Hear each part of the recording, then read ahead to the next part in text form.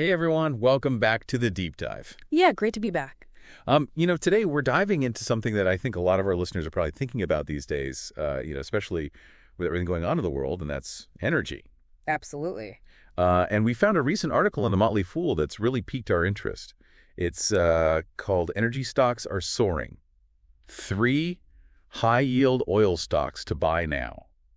And it was published on April 5th, 2025. So very, very recent. Yeah, this is one that came across my desk, and I was really fascinated by it as well. Yeah, and I think what really stood out to me was, they're recommending these oil stocks, even though oil prices are currently a bit lower than what we saw on average in 2024. Right. So, kind of unusual, right? Yeah, it seems a little counterintuitive on the surface. Yeah. You'd think lower prices maybe not the best time to buy, but the Weasel Fool makes a compelling argument here, and I think it really comes down to, there's something else going on with these particular companies. Exactly, and I think that's what we want to unpack today. What is it about these specific companies that makes them so attractive, even in this, slightly lower oil price environment? Exactly. So our goal is to kind of break down these core arguments. The article focuses on ExxonMobil, ticker symbol XOM, Chevron, ticker CVX, and ConocoPhillips, ticker COP. Yep, those are the big ones. Yeah, and we want to try to understand, what's their financial position? Like, how are they positioned to generate that passive income that I know so many of our listeners are looking for through dividends and share buybacks? And we want to do all of this without, getting too bogged down in the weeds or using a lot of, financial jargon that might not be familiar to everyone. Yeah, we want to keep it accessible for everybody. Exactly. And I think one of the really fascinating things right off the bat is that, while we've seen this dip in oil prices, the energy sector is actually doing incredibly well. Yeah, it's kind of surprising, right? It is. So far in 2025, the U.S. benchmark oil price, West Texas Intermediate, has averaged around $69 a barrel. That's down from about $76 on average last year. Right. But here's the thing. The energy sector is actually the best performing sector in the S&P 500 year to date. It's up almost 8%. Wow. Versus a 5% decline for the overall S&P 500. So there's a real disconnect there between, the raw material price and the performance of these companies. Yeah, it's like they're defying gravity. Exactly. Yeah. It really suggests that there's something more to the story here, that certain energy companies are really well positioned even in this environment. Okay, so let's dig into, the first reason that the Motley Fool gives for their bullish outlook on these 3 companies. Okay. And it all boils down to free cash flow generation. Right. Free cash flow being king, as they say. Yeah, so for anyone who's not, super familiar with that term, is essentially free cash flow is the money that a company has left over after they've paid all their operating expenses and made any necessary investments in things like equipment or infrastructure, to keep the business running. Yeah, it's the cash they have available to either reinvest in the business, pay down debt, or return to shareholders. Exactly. And the Motley Fool argues that these 3 companies, ExxonMobil, Chevron, and ConocoPhillips, are really good at generating free cash flow. Yes, they are. Even at these, kind of lower current oil prices. And the reason is that they've really focused on becoming more efficient, and they've managed to lower their production costs over time. That's right. It's all about doing more with less. Yeah. And ExxonMobil is a great example of this. They've set a goal to be able to break even if the price of Brent crude drops to just $30 a barrel by 2030. Wow, $30 a barrel, that's pretty low. It is. Brent crude is a global benchmark. It usually trades a bit higher than West Texas Intermediate, but still, $30 a barrel is a very ambitious target. Yeah, it really shows their commitment to cost control. Absolutely. And they've also said that if Brent averages around $55 a barrel between now and 2030, they're expecting to generate something like $110 billion in surplus cash. That is a huge number. It is. It gives you a sense of their potential. Wow. So what about Chevron? What are they projecting? Chevron's looking pretty strong, too. They're expecting to bring in $5 billion in free cash flow this year and $6 billion next year. And that's even after they've, covered their fixed loan payments and paid out their dividends. And here's the really interesting part.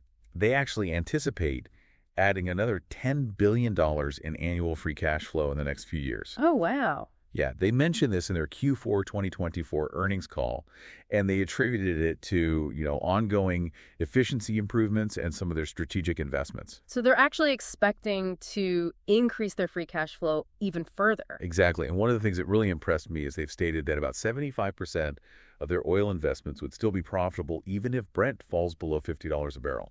That's a really significant buffer. It is. It shows that they're really thinking long-term, and they're prepared for a variety of price scenarios. Okay, so we've got ExxonMobil and Chevron looking really good in terms of free cash flow.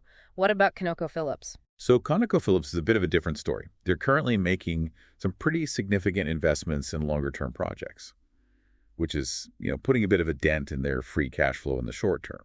Oh, okay. But the expectation is that these investments will ultimately lead to a pretty substantial increase in their free cash flow. So they're projecting that these projects will generate about $6 billion in additional free cash flow. Okay.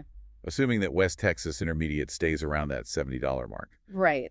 And on top of that, we have to remember that they recently acquired Marathon Oil back in November. Oh, yeah, that's right. And that acquisition is expected to further boost their free cash flow down the line. Yeah. So, it's a bit of a waiting game with ConocoPhillips, but the long-term potential is definitely there. I see. So all three companies are in a strong position to generate cash flow, even with the current, slightly softer oil prices, which then brings us to that second point from the article, right? It's exactly. The fact that all three of these companies are generating so much free cash flow gives them the flexibility to do something really important for investors. Return that cash to shareholders. Yes.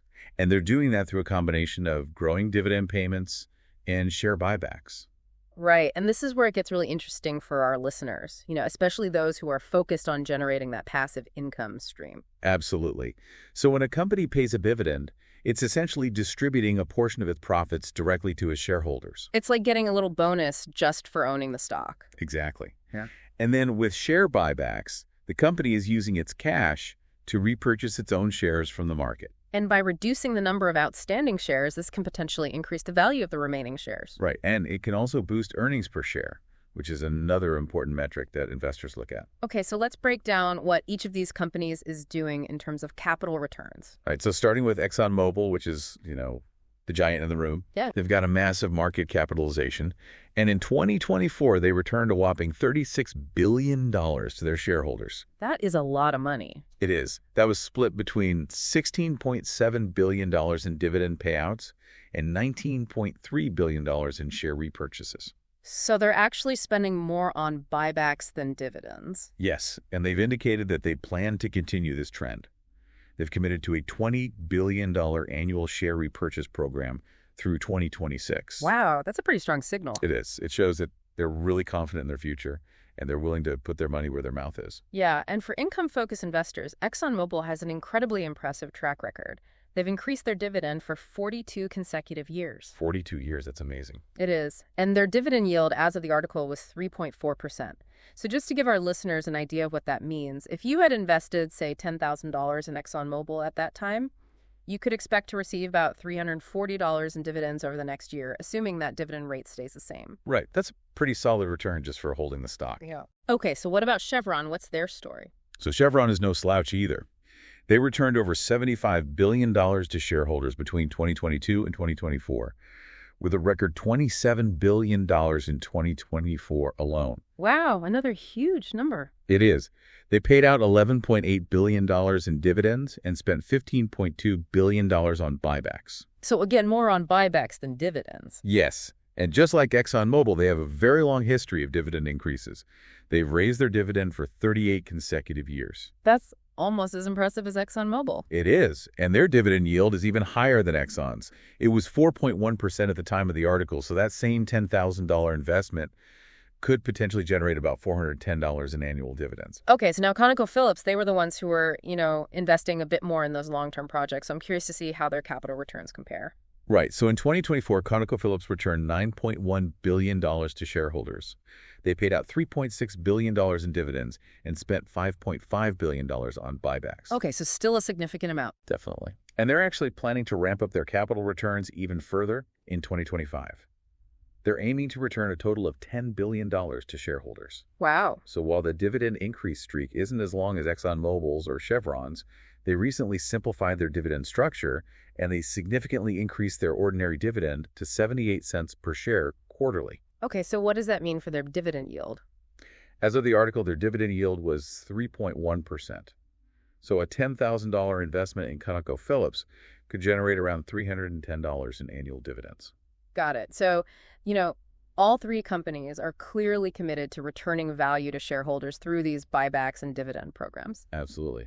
And I think one thing that's really interesting here is that, traditionally during economic downturns, companies might be quicker to cut back on share buybacks, Right. but maintaining or even increasing dividends is often seen as a higher priority. Especially for companies like ExxonMobil and Chevron that have these, decades-long track records of dividend increases. See, exactly. It's a way of signaling to investors that, they're committed to delivering consistent returns even when times are tough. Yeah, it's a way of building trust and loyalty. Absolutely.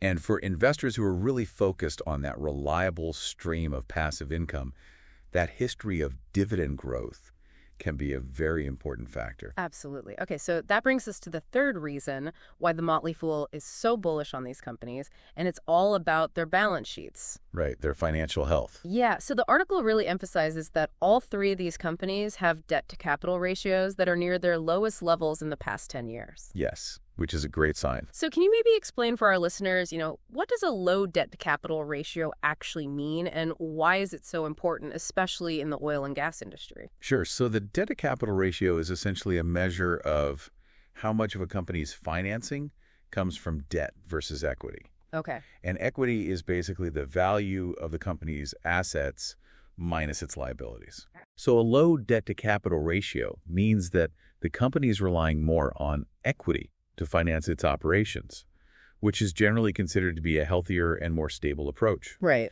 And this is particularly important in the oil and gas industry because it's a very capital-intensive business, and it's also cyclical industry, meaning that prices can fluctuate quite a bit. Right.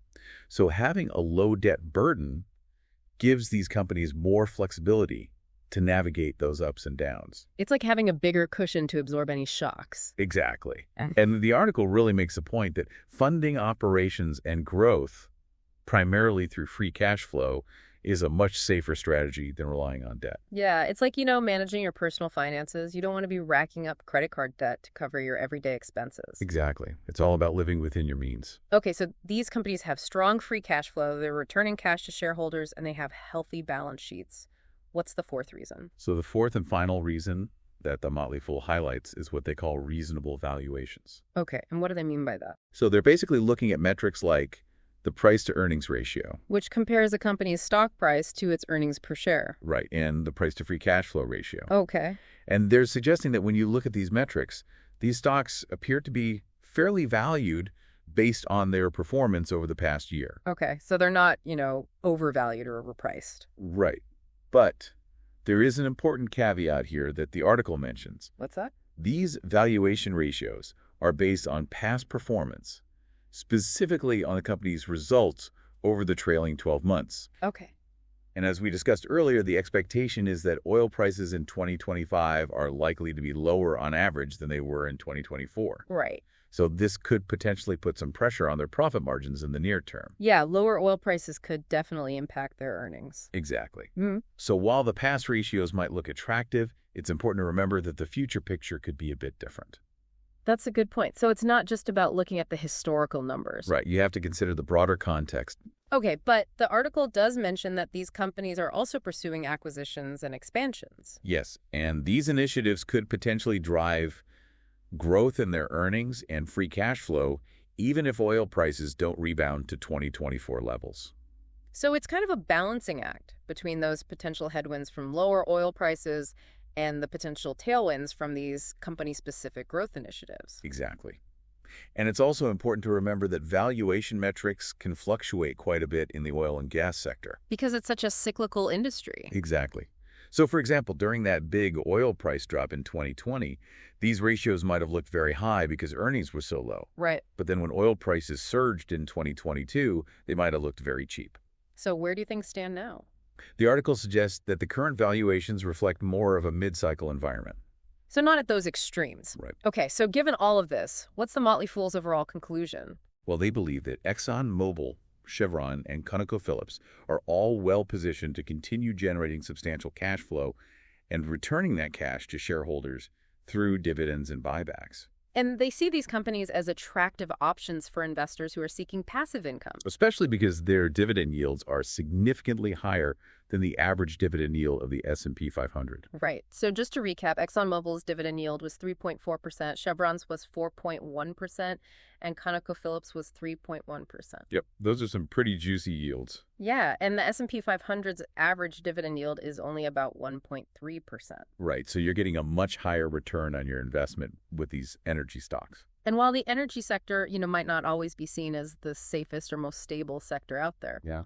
the article argues that these specific companies with their strong financials and their manageable payout ratios can actually be considered relatively safe investments. Especially if your primary goal is generating that passive income. Okay, so let's wrap things up and distill some key takeaways for our listener. Sounds good. So first takeaway, despite the fact that oil prices are a bit lower than they were last year, certain energy stocks like ExxonMobil, Chevron, and ConocoPhillips are actually outperforming the broader market. Right, they're bucking the trend. Second takeaway, these companies have made significant improvements in their operational efficiency, which allows them to generate strong free cash flow even in this current price environment. Exactly. It's all about that cost control.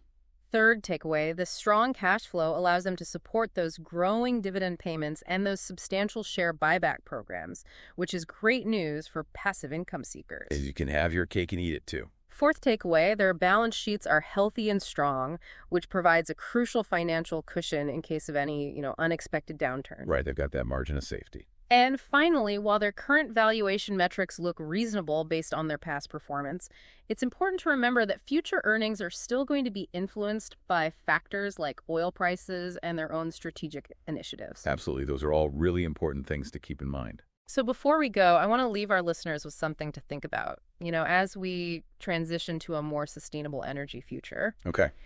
How do these companies' strategies for returning capital to shareholders and improving their efficiency position them for continued value creation over the long term? That's a great question. And what are some of the factors beyond just the price of oil that could significantly impact their future performance and ultimately your investment decisions? Yeah, there's a lot to unpack there, and it's definitely worth exploring further. So we'll leave it there for today. Thanks for joining us on the Deep Dive. And we'll see you next time. Bye.